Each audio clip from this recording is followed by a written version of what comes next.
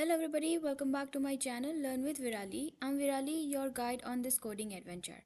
In this video, we'll learn how to calculate critical path for any project that you have been working on. So let's get started. Okay, so first let us understand what is a critical path. A critical path in a project is the longest sequence of dependent tasks that determine the shortest possible duration to complete the project. But you have to remember few things over here, like tasks on the critical path have zero slack or float.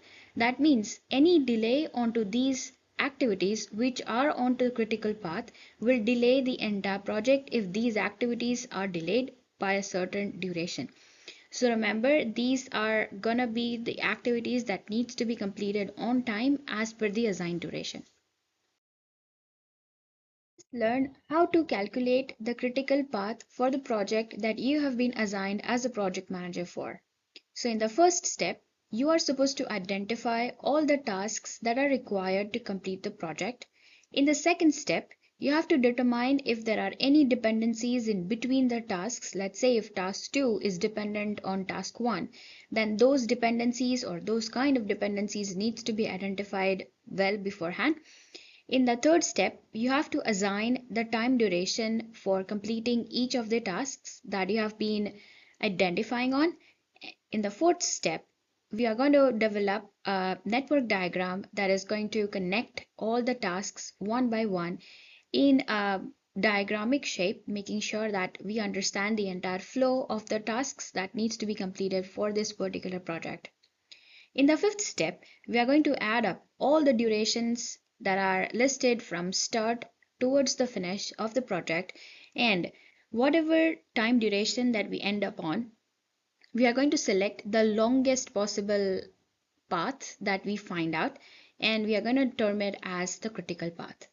We'll see the examples in a moment to understand this better, but just remember that critical path is going to be the longest possible duration that you add up for all the tasks for the entire project.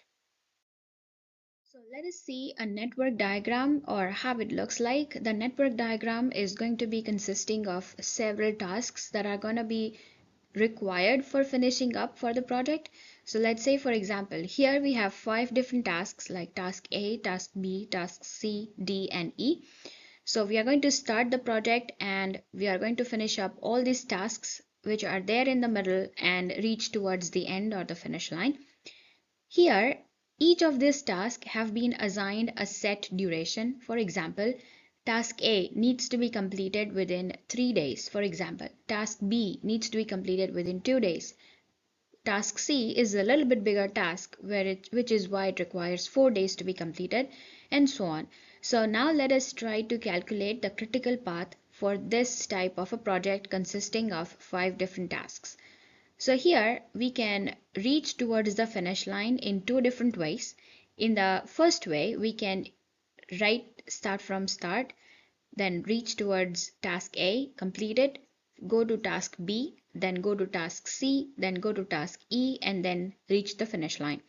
In the second path, we can take another route, which is taking up us as start A, B, D, E, and then the finish line. So these are the 2 possible paths based on the network diagram that we are looking currently on.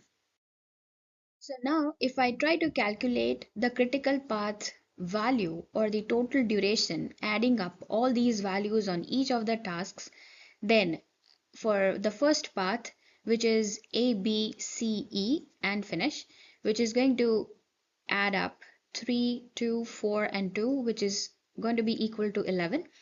And then the second path, which is A, B, D, E, adding up to 3, 2, 3, 2, adding up to the duration of 10 days.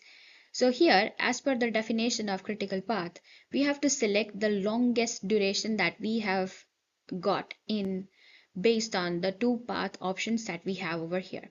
So based on that, path 1 would be identified as the critical path. So similarly, we'll look for another example just to practice it a little bit more. But from the examination point of view, this is just the critical path that would be asked on the exam for you to calculate it. Since the duration is a little bit low in regards to each of the questions that you solve. So the number of tasks on the critical path are going to be little less in comparison to what you would see on the practice questions. So let us look at the practice question. And here we have 6 tasks that are listed as A to F, along with the durations for each tasks to be completed in days. So here you can pause the video and try to find out the critical path on your own, and then come back again to see the solution and match it whether you have done it right or not.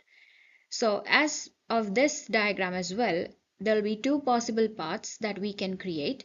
One is A, B, C, E, F, and the second one is A, B, D, E, F.